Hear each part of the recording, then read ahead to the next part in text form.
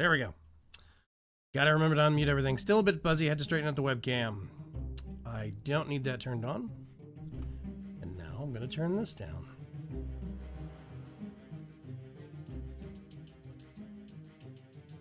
Okay. How's everyone doing this morning? I got a couple of people watching. I'm not sure who, though. Yeah. Okay. Hope everybody's doing good. I'm still kind of getting things arranged and set up. Trying to get used to a pair of new bulbs. Trouble I'm having is the backlighting, I think.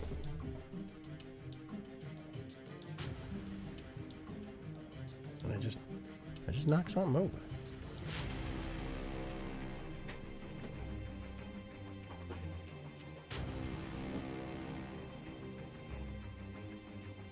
Yeah, you can see, that white part right behind me.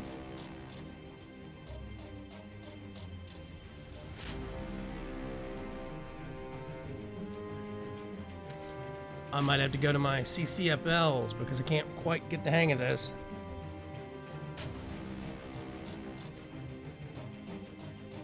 A little weird. But basically, over here, on this edge, you'll see some sparkling, but that's okay. We're not going to get focused on it right now. Okay.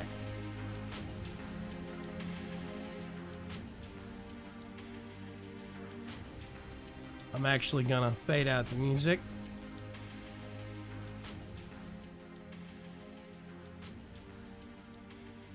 And this is probably going to get recorded for posterity, but that's fine. I think everybody else is busy watching PAX stuff. It's not going to be a long stream. I'm going to kill that. And let's switch over to, let's see, this one right here. Here we go. Now, I do exist. I'm way down here in the corner. Hello. But for the most part, this is going to be us focusing on Premiere and how to get audio into Audition. So yeah, I am still figuring a lot of this out, but for the most part, I think I've got the actual basics done. Let's see. I'm actually going to revert my workspace. I have basically got a, oop, there we go. Yeah, the source window got closed. I have, let's see, Overwatch test footage number 6. Let's start from there. I have some Overwatch test footage from a couple weekends ago that I'm still playing around with, still figuring out. I think I've got the basics and some of the important tricks with Audition, so this is going to be really, really quick. This is probably going to be 30 minutes or less, but I wanted to share with you what I've actually learned. Now, I am streaming this at 1080p. I'm trying to make sure that it's going out there in a really good quality so that if you need to rewatch it and need to relearn something, you can do that. So I actually have a project with some footage in in Premiere. I've gone over this before about how I have everything set up. Audio track number 1 is basically this thing right over here. If you look, audio effects number 1, audio track 1 is combined audio that has all of the other tracks combined into one. I usually end up muting it, but that's basically for testing. That is for really quickly looking at footage and making sure that it is recorded right and everything sounds good, stuff like that. Number 2 is the game audio, and then number 3 is me. Now, what I'm wanting to do here is there's various points we can go through and we can listen.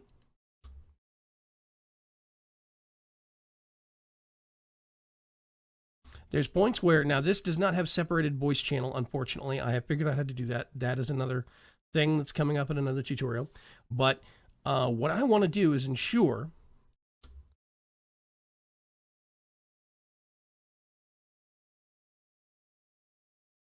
you can hear some of the other people talking. But right here, like in instances like, oh, here's another good example. The game volume is so loud and the people talking are so loud that I can't actually be heard over that noise. So what we're going to do, first of all, we've got this whole thing selected right here. We have the clip selected, but what I'm going to do is we're going to go up to the sequence menu. And if you have Audition installed, where is it?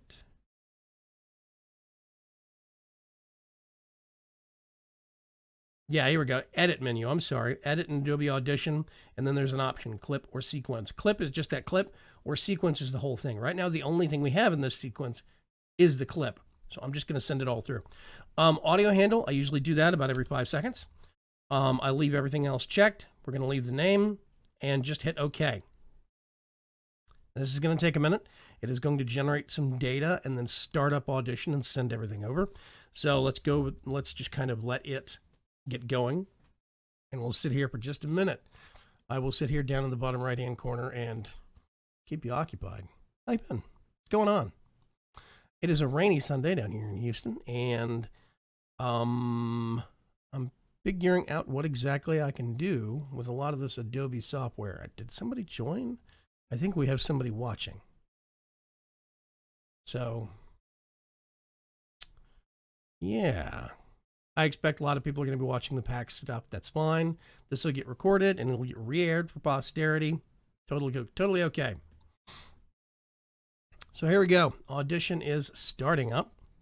Now you'll see it's reading in the PCM the waveforms for each one. Now, the volume on this channel, I think, is normal. So if we play this right now. Preview for Dark Lady. Ooh. Preview. Yeah, I'll just equip you because Earth. Voice line. I'm gonna be an Earthbender. I'm going to go ahead and mute that just in case. Now, if I wanted to, I could completely drop down the volume just to make sure. But right now, I'm going to hit mute on that, and we're going to forget about it. Let's pull this back up here. And we can forget about audio 1. Now, I'm going to scroll up with my mouse wheel and look at audio 2 and audio 3. Those are going to be my focus points. Now, again, audio 3 is my voice. Audio 2 is the game. And there's a lot of points where the game is quite loud, and I'm trying to talk over it. So what I'm going to do is we're going to go over this kind of step by step. Now, first of all, one thing I like to do is we go over here down to audio 3. On the left-hand side, you've got your effects rack. You go down to special. I'm actually going to do vocal enhancer, and it's going to pop up a little box here. We're going to do male, or just load the default male. And track audio 3, slot 1. Hit X. And now you'll notice right here in this little thing we have basically over here on the left-hand side, there are, nope, what is it that, anyway, over here you'll notice the vocal enhancer. That's it. So now my voice will pop. It will sound a bit more vibrant. It will bring out some of the bass and the low end. Just makes it sound better. But we still have the problem of having to worry about the audio or the second track. So what I'm going to do, if you look up here, you have a couple of different things. Effects rack, this FX button is the same as effects rack over here. Exactly the same thing. If I click on this, you notice vocal enhancer. And while this is selected, it's showing all of those for each track. So if I went over here and I put a, let's do random vocal enhancer, you'll see it not only shows up over here, it shows up over here. This is the same thing as this is for each track. This is showing audio 2 right now. I'm actually going to remove that effect because I don't need it on the second track. But here's what I want to do. On the second track, we're going to go to amplitude and compression. And there is dynamics processing. In dynamics processing, there are tons of presets. There's one called soft limit minus 24 dB. Now we're actually going to edit this a little bit. Edit point, and we're going to make it actually negative 36 and negative 36. We're going to right click on this, edit point, negative 36. So this is basically going to soft clip under certain circumstances. It's going to soft clip at negative 36. Now, if I wanted to, I could do soft limit negative 36 dB and save that. So now there is an actual soft limit negative 36 that I can use in the future. 24 is just not quite enough for me. I like to drop it down even farther. You're going to go over to settings over here. In this gain processor, you're going to leave this anywhere between 1 and 3. A lot of times I just put it at 1, sometimes 0 for some games. But that is boosting the audio slightly when this is not in effect. And I don't think that the game audio needs any boosting. I think it's loud enough. So I'm going to leave that at 1. I'm actually going to, save that. So we have our own little preset thing here. Our soft limit, negative 36 decibels, and you're just going to hit X. Now, here's the thing. That we don't want on all the time. So you're going to go down here to this little thing called Sends. Hey, Gabbro, what's going on? I didn't see you sneak in. And Sends is actually, here's the thing that most people don't know about. On the voice channel, we're going to go down to side chaining, create, dynamics processing, audio to slot 1. So what is that going to do? What that's doing is this send is basically this processor is getting sent over to this channel. Anytime this channel goes up in voice, this one goes down because this actual processor effect is kicking on. So this processor effect is only active when this gets activity. That's what a sidechain does. So now if we listen to some of the noisier parts, we can go over here.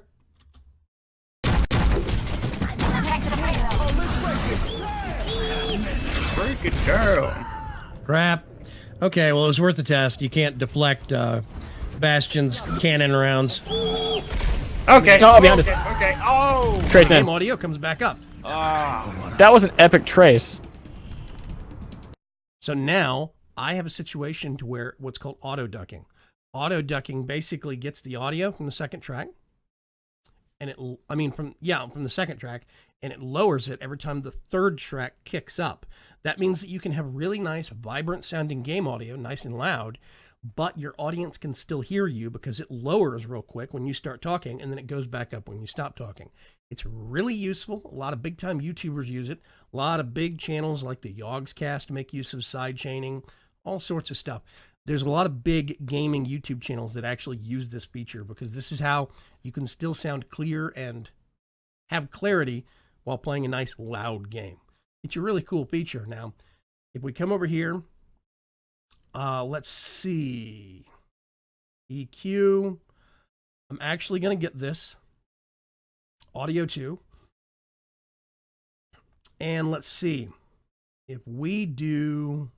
I'm still figuring out where some things here are. Like there's auto healing and stuff like this. I haven't messed with that at all. Let's see. Nope. Hard limiter, I think, is probably what I'm looking for, but I'm not sure. Where you can actually match loudness. Oh, nope. I'm not gonna mess with that right now. So I'm actually going to just do a -3 on this across the board because a lot of the sound on this ended up being really, really loud, especially when Soren kicks in and starts talking. So now we have this edited audio. We want to actually send it back to Audition. Back to Premiere Pro. And if we get this entire thing, and we need to go to, I have to remember, this is all very, very new to me. Export to Premiere Pro under multitrack. Yep. And then this is what the new tracks are going to be. Now, there's a couple of ways you can do it. Export each track as a stem is basically a copy. You would have a complete duplicate of all the audio files. So if we go over here, we would have these 3 audio tracks, and we have another 3 audio tracks that looked exactly like them. If you have any gaps and breaks in certain areas, it would mimic that exactly. Some people prefer that. Other people prefer the simpler method, mixed down to a session. I do stereo file. I hit this real quick, and this is going to think, it's going to generate, and it's going to export into Adobe. I've been using Audition all wrong, apparently. Also, hey, I'm here as well. I'm just trying to prep another LP episode to make up for the second one I lost yesterday. Hey, Winterblade Gaming. I've been using Auto Heal to fix the noise issues from OBS. I haven't had to use Auto Heal yet, so it's still a new feature to me. But yeah, basically what I've been doing just recently, last couple of days, is figuring out how to get audio from a project, send it to Audition, do the side chaining, and then send it back. Which means now, if you look at this, you have an option. Copy Audition tracks. You have a new track, or I can layer it over something else. So if I wanted it to, I think I can layer it over the audio for one, but I'm just going to do new track. It'll make it simple. And then what we can do is I'm going to collapse this one. I'm just going to mute them all. And if you look at this, this is the actual audio combined for everything.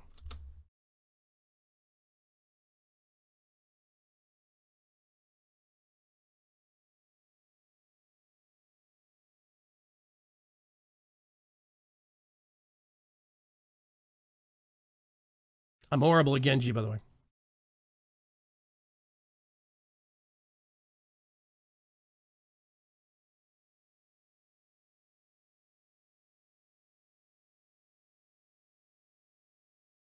So now I've got a slightly better audio on this than I can actually do normally with the audio editing in Premiere itself, which is very, very cool. If I want to, I can do, this respects the fade ins, by the way. So if I have a fade in on the audio, let's go all the way to the beginning and zoom in. What you'll notice is the audio is getting louder and louder here at the beginning. It's respecting these. But if I wanted to, I could actually do that and put it at the beginning. So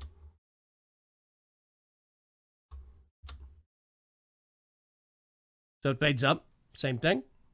Nice and easy. Pull that all the way back out. So now I can come over here. I can put the fade out on this if I want to. And we get our outro. I'm just going to put this right here. A lot of times what I end up having to do is do a -4 because I need to re-render that with lower audio. It's a little loud. So yeah.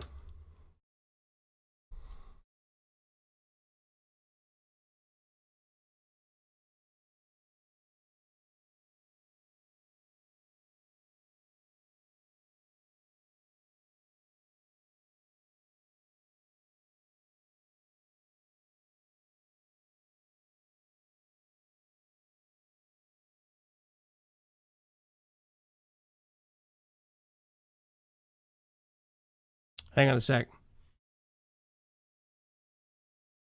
You guys not hearing the actual playback at all? Audio from the edited track isn't coming through in the stream for some reason. Hang on a sec. I think I know why.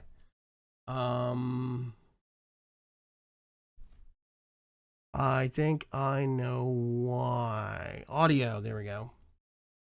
I changed some things with my setup, audio hardware. There we go. Output is actually not that. It is... What is it? I forgot. Hang on a sec. Playback. Yeah, okay, that is it. Right.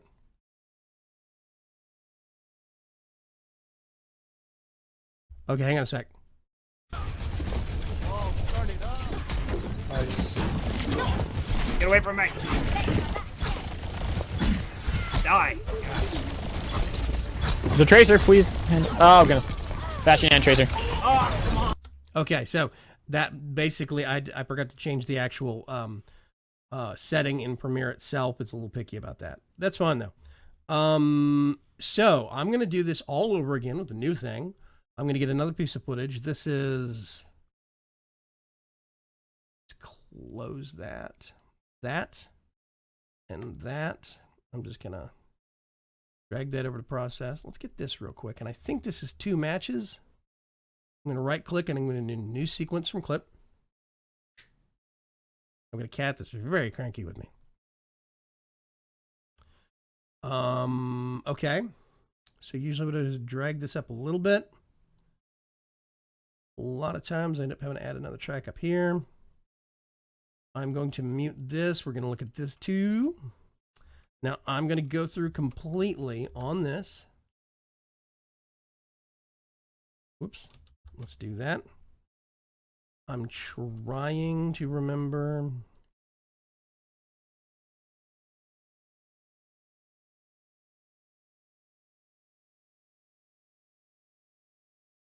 Okay, this is all, I think, one match.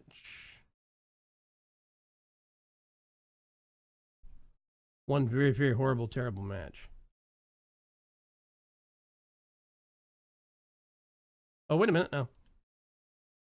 Oh, yeah, that was just skirmishing. I'm playing Overwatch. It's only available today and tomorrow, so probably not. That's on the Go server.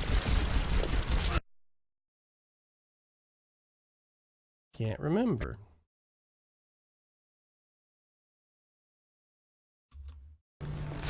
Oh, that was just a kill cam thing. Yep. Okay, so I think this is all one match. I'm going to go all the way to the end. Let's zoom in. I'm actually going to have to add a track down here. Get my outro. That. And this is actually going to be Overwatch test footage number 7. Totally out of order, but hey, whatever. The Ridiculous Tones of Soren. Yeah, unfortunately, he was the loudest because I had to turn up my general volume because I literally had my default playback volume on TeamSpeak maxed, and I had Direwolf 20's specific volume maxed, I had to do minus maximum to Soren and minus maximum to T-Love and individual player settings, minus max volume, I think it's -6 to T-Love, to Soren, and to Ammunition, and they were still super loud in comparison to Direwolf, and Direwolf was still basically a whisper. And apparently this is a common thing. So what I'm going to do now, I figured out how to separate my audio completely. My vocal audio is, for all voice comms, is on a separate track from my audio, and it's on a separate track from game audio. So now I have 3 tracks to mess with, but that means I have total control of the situation, which is a lot better. So yes. So now we have a completely new project. Let's go all the way back to the beginning. Zoom out and you can see the end here. Okay, so we have basically, this is what it would normally look like without me putting any edits or anything in here. I'm actually going to put, I forgot to do this in the last one. Going to do brightness in the game footage itself, and that's it. So now what I can do is we get this entire sequence, edit in Audition sequence, and it's going to look a little different this time. 5 seconds. Virtual audio devices, kind of, yes. It's easier if you actually have Realtek audio for your motherboard or something that has that, because there is an actual thing that the Realtek audio uses called stereo mixer. And the stereo mixer basically hears all of your other playback tracks automatically. It's a little weird, but I'm going to put a video out for it. I figured out how to do it a couple of days ago, and I'm impressed that I got it working at all. But it does work. I've tested it with TeamSpeak. I've tested it with Discord, etc., etc., etc. So yeah. Let's see. This is going to do the PCM waveforms. Yeah, Dire seems to always sound really quiet in comparison, and Soren's always the loudest. So yeah. I don't know how I'm going to boost him next time, but I can at least, if I have a separate audio track for all of the other voices on the team, I can at least give them some audio vocal enhancement, which will make some of their audio sound a bit better. I can balance it out a little bit more, stuff like that. Reading PCM file. Now, if you notice right off the bat now, we not only have 3 tracks now for audio, we have 4 tracks for audio, which is different, a little bit different. So there we go. Okay, we have everything. This audio 1 is, of course, going to be completely minimized. I'm going to, whoops.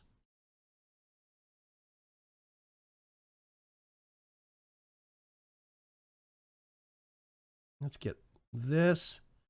And I'm just going to get this, and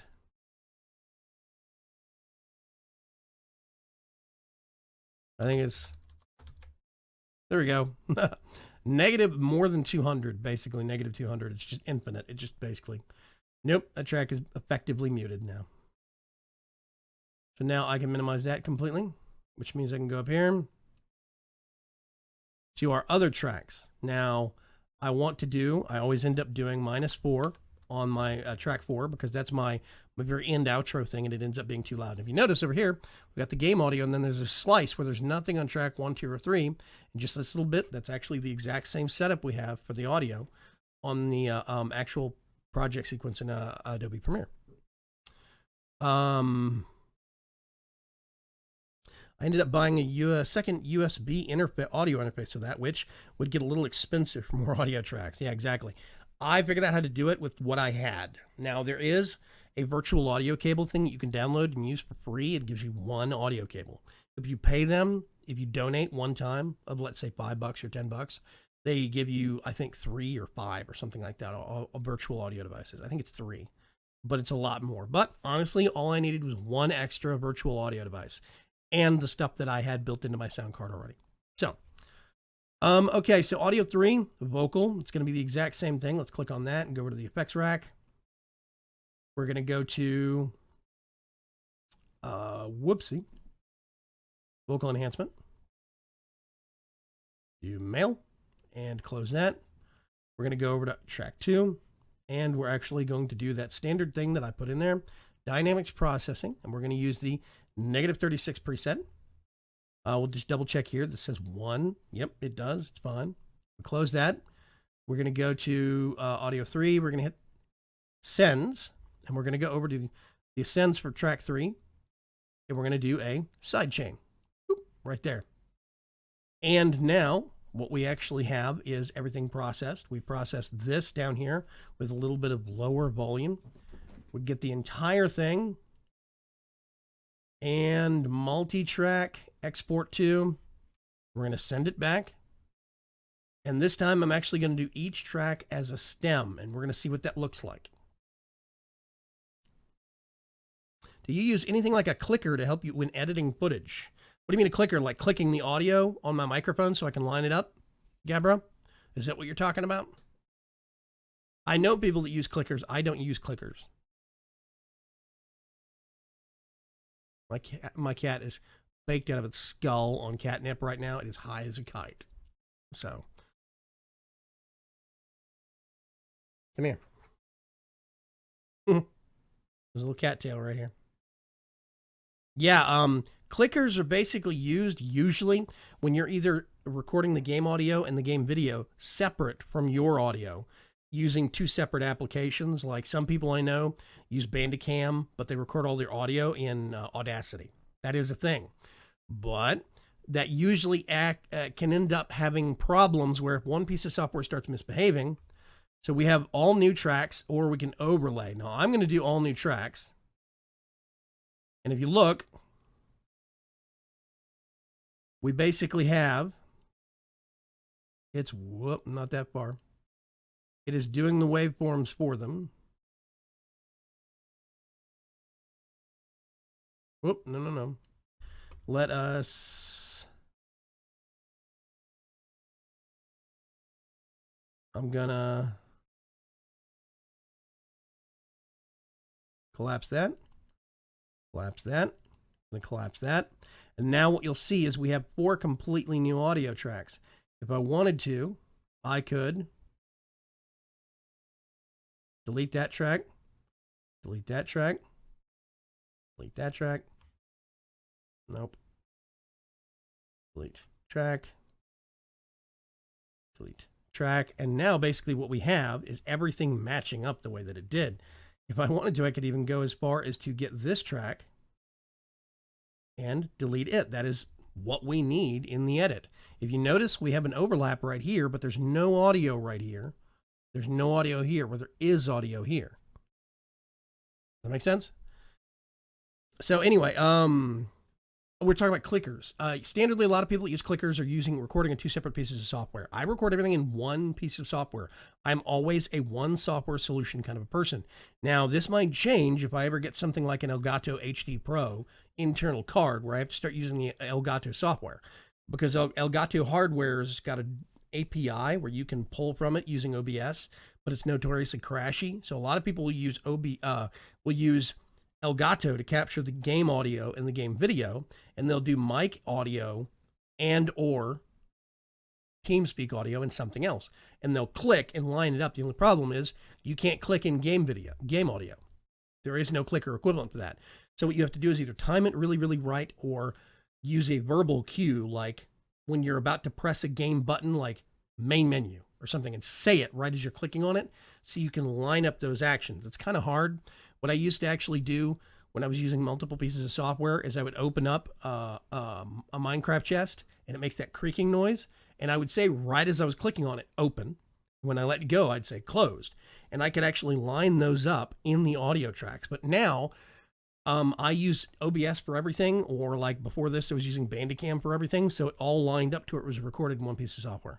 I'm a very big proponent of a 1 software solution for recording because it minimizes the possibility of something screwing up. The more moving parts there is in some situation like that, the more points of failure there are, basically. So no, I actually don't use a clicker. Right now, I use OBS to record my game audio, my game video, my microphone audio, and my voice comms audio. So all of those. And then, of course, there's the combined audio track. So it ends up being kind of a busy file, but everything records. If you have a failure in multiple software solution things, like if you're using OBS or Bandicam for some, and then Audacity for everything else, if one of those two fail, you still end up with half of a project file. And a lot of times that's still just as bad as if OBS entirely failed.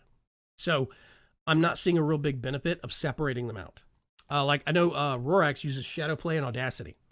And basically she has Audacity record her voice. And I think she has Shadowplay record her voice. But she uses push to talk on Shadowplay. So she'll push down the Shadowplay push to talk, click, and then let go. So she actually gets a click in Audacity and in Shadowplay at the very beginning. And it all lines up that way. But I just don't do that. But now we basically have this slightly less busy file. We've peeled out all of the extra stuff, and we have just this. If you watch, you've seen we've got the Overwatch test footage number 7. Like here's number 6. That's the actual tracks that we did for number 6. And this is where those extra audio stems come from. This is the project file from Audition and everything. So yeah, that's basically porting stuff back and forth. You know, that's how it works. So now if we render this, we're going to get one file that's going to have combined nice audio. If we listen to this, we can actually watch. Let me zoom in real quick. I'm gonna zoom in, and you'll notice that the game audio goes down a little bit. Oh, Which corner? There, Hanzo's down. Okay. I'm going to shoot dragons. Audio comes down. If we scroll down to other situations, I get so focused in Overwatch, I have a tendency not to talk a lot. Whoops, came in behind me. So, basically, these are automatically linking back to Audition. And when I do a final render, all of the processing, all of the side chaining, everything will get factored into that, and you'll get a final product. Makes it a lot nicer. You guys have any questions about this? Guys, girls, ladies and gentlemen, whatever. So yeah, that's it. It's going to be a short editing room today. I could go to questions if people have questions. I also have footage for, go to that. Why is that not working? Do I not have those preset in? There it is. Okay. Adobe apps intercept keystrokes. It's a little aggravating. Anyway. Does anybody have any questions? This is going to be a short editing room today, but I figured it's an important one. I figure maybe more and more people are starting to use, that I know are starting to use the Adobe apps. This might motivate them to maybe think about getting the full suite, or maybe it will show them at least what you can do with it. I know a lot of people that already have the full subscription for Adobe apps, and they just don't know a lot of the things that are capable of. Sidechaining is very, very powerful, and it can actually help your audio quality quite a bit. I was doing sidechaining, but I was doing it in a more primitive way in Audacity. I was processing my audio in Audacity, then putting it into my editor at the time, which was Magic's Movie Edit. And basically Audacity was had as a feature called auto ducking. And auto ducking, I even have a tutorial video on it on this channel that is very, very similar. Auto ducking basically means that you get the first channel's audio goes down every time the second channel's audio goes up. And it's really simple to do in Audacity, but Audacity is not quite as granular about it. It doesn't sound as good sometimes. With some games, it ends up kind of garbling the audio just a little bit. So,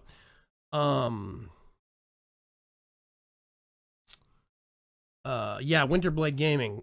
No questions right now. I need to go back and review later when I'm editing. So my next episode, so I don't get all up in my brain. I understand that. That's one of the reasons why I'm streaming this at 1080p. So you can go back full screen. You can pause. You can look at certain parts of what I'm doing, read the text a lot better. You can basically take it at your own pace. That's one of the reasons why I'm trying to do these in 1080p when I'm doing it. Yeah. So I'm hoping this is actually going to be helpful. Yeah. But yeah, you can do, technically speaking, the side chaining effect. You can do that in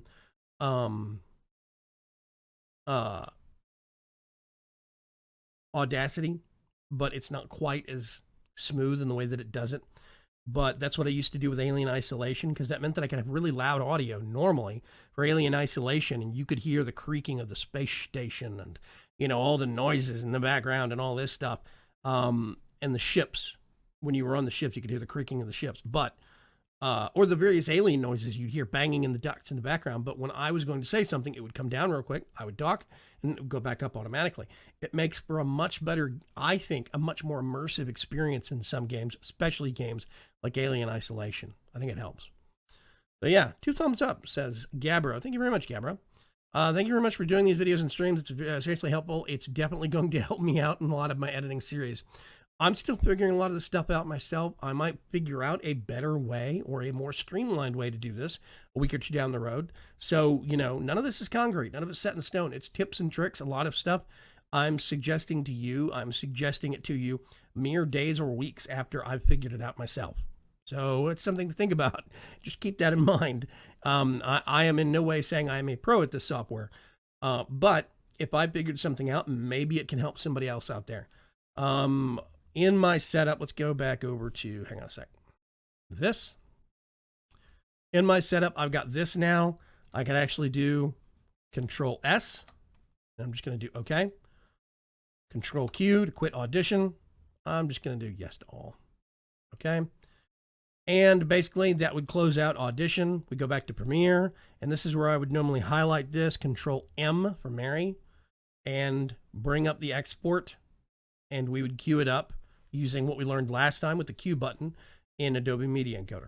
So yeah, that's about it. It's pretty much, you know, if you want to, now a lot of times what I'll do is I will actually watch, as I'm editing, I will watch the episode, and then I'll notice something, stop, make a cut, and make a quick alteration to the audio, then keep playing. That's why a lot of times when I edit 30 minutes of video, or I record 30 minutes of video, I have to watch that 30 minutes as I'm editing it, and then I render it, which sometimes takes 20 to 40 minutes, depending on how many effects I have to put in or cuts or yada, yada, yada. And then once it gets re-rendered, I used to watch all 30 minutes again. So one 30-minute video had another hour to an hour and a half of processing and time in the background. Now it's getting to where I have more and more faith in my skills and less worry about something going wrong during editing, unless I just made a mistake. The editor doesn't make a mistake. The editing software doesn't make a mistake. The editor makes the mistake. Let me phrase it that way. The editing software doesn't make any mistakes. The editor makes the mistakes.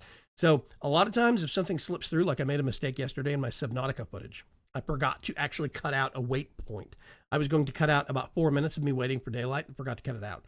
And that was my mistake. I literally did make the cut, but I did it in the wrong sequence, like literally the wrong sub part of the project. So I rendered the wrong sub project basically. And that's just because I was getting sloppy. I was tired.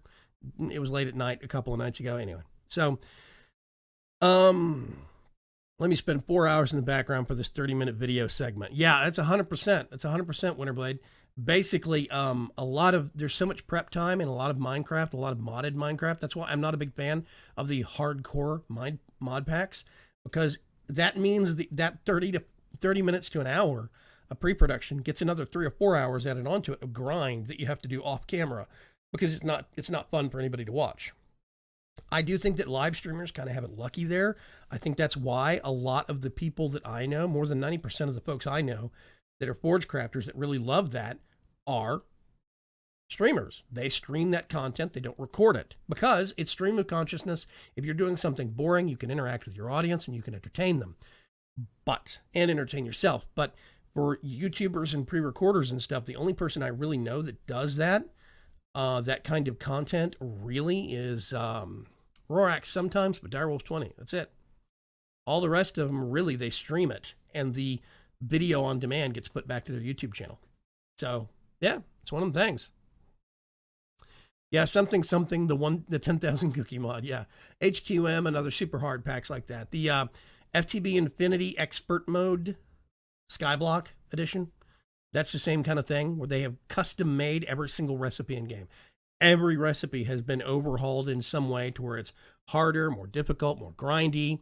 In order to go through certain parts of Ender IO, you have to go all the way to the deep end of thermal expansion. In order to go to the deep end of thermal expansion, you have to get into Railcraft.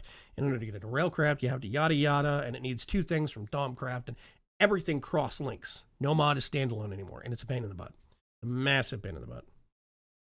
So yeah. I got here right at the end again, didn't I? Says Trunks. Yeah, sorry, Trunks, you missed it. It's a nightmare and a half. Yeah, Trunks. Don't worry, this is gonna get reposted. We're at the tail end. It wasn't very, very long of an episode. Basically just going back and forth between Premiere and Audition on how to port and how to do side chaining. Side chaining is an important thing, so you're probably going to want to go back through and actually rewatch the video when it gets posted later this afternoon. A lot of people have been giving me a lot of thumbs up after the fact on these streams. It's like, hey, it's a good idea, but I'm going to have to go back through and watch it a couple of times to make sure that it's sticking. And that's when I get the kudos on Twitter. So I understand that. This is kind of you're just glazing and watching. Oh, that's possible. I'll rewatch the video later when I can pause so I can figure it out. And I get that. I really do get that. So yeah, next Sunday on the editing room, I'm considering seeing what kind of stuff I could actually do between Photoshop and Premiere to see if I could actually do like title sequences and pull them over, things of that nature, maybe little animated things, or After Effects. I'm still figuring out After Effects. It is a scary program. You open it up and it's just bordered with controls all the way around the sides and status screens over here that I don't understand. It's like, ugh. Yeah, I still need to get back to watch the first Premiere episode. Hopefully it'll be some use to you, Winterblade Gaming. Got some Mirror's Edge footage to work on now. Yeah, have fun with that. Oh, wait a minute. Are you doing Mirror's Edge Cataclysm, Trunks? I'm curious about that game, but I never played the first one, so I don't know if the second one is if I'm going to be missing a lot of major plot points. After Effects, you can get a lot of nifty templates online. That's a good point. I might go look for some templates ahead of time. Thanks for the suggestion, Trunks. That's a good idea. But yeah, I'm taking suggestions on next week's editing room. If you guys have some questions about specific things, how to do something specific in Premiere, let me know. I'm curious. I'd be very curious to, see if I know it, see if I can help. If I don't know it, I'm quite sure I know somebody else that can teach it to me. And we can go from that point forward. But right now, I think this is going to be it for it. I love After Effects. I used to do all the compositing. Well, that's a hard word. For my first season in AE. Then OBS multi-platform came out, and I could do it all in OBS. Yeah. OBS scene transitions and stuff like that. Technically speaking, if I wanted to, I could put my end cap thing, my outros, in dynamically on the fly with OBS as I'm recording. But if I mistime things slightly, it comes across looking, kind of ham-fisted, and I would rather just be able to do it myself. It's me, though, in editing, post-processing. Cataclysm is awesome. I didn't pick it up on a lot of links back to the first one, bar a couple of cutscenes that didn't make sense to me either. Yeah, see, I've heard that it's got a lot more cutscenes in it than the first one ever did, and apparently there's more combat in it. Cataclysm has more combat in it than the first one did. But I'm curious about Mirror's Edge. It looks like it's got a lot more storyline beef to it, but also it looks like there's a lot of it that basically resembles a new version of, say, Assassin's Creed, There's the tier 1 quests, the big important stuff, the tier 2 side quests, the tier 3 side quests, and go unlock these little areas by climbing up a tower and jumping off it. Same kind of thing. That's what Just Cause basically was, Just Cause 3, which is why I think it ended up kind of boring me after a little while, because you do one region and then you realize all the other regions are exactly the same, just a little bit harder. That's it. So, yeah, it does. More fluid than the first one, too. It's good to know. So, yeah. Let's see. I think that's going to be it for today's editing room. We're coming up on pretty much 50 minutes, and I'm quite sure this is going to be long enough and babbling enough. But yeah, I'm going to catch you folks later. I'm probably going to record a vlog and put it up on the channel here. I'm long overdue. I do have footage from my power grid, my Rocat power grid thing, where I'm controlling OBS with my actual phone. A lot of people ask me about that. I posted some screenshots to Twitter, and I got a lot of people asking me, how are you doing that? So I did I did record a quick tutorial yesterday. I'm probably going to throw it in the editor today and then push it out at some point tomorrow or the next day. So keep your eyes open for that. Yeah, from what I saw, the missions were layered and unlocked through the main story missions rather than towers. Yeah, we'll see. But I mean, still, it does make me wonder if it's a similar kind of a structure. So, yeah, I'll catch you folks later. Thanks for stopping by the editing room. I'll catch you. Bye-bye.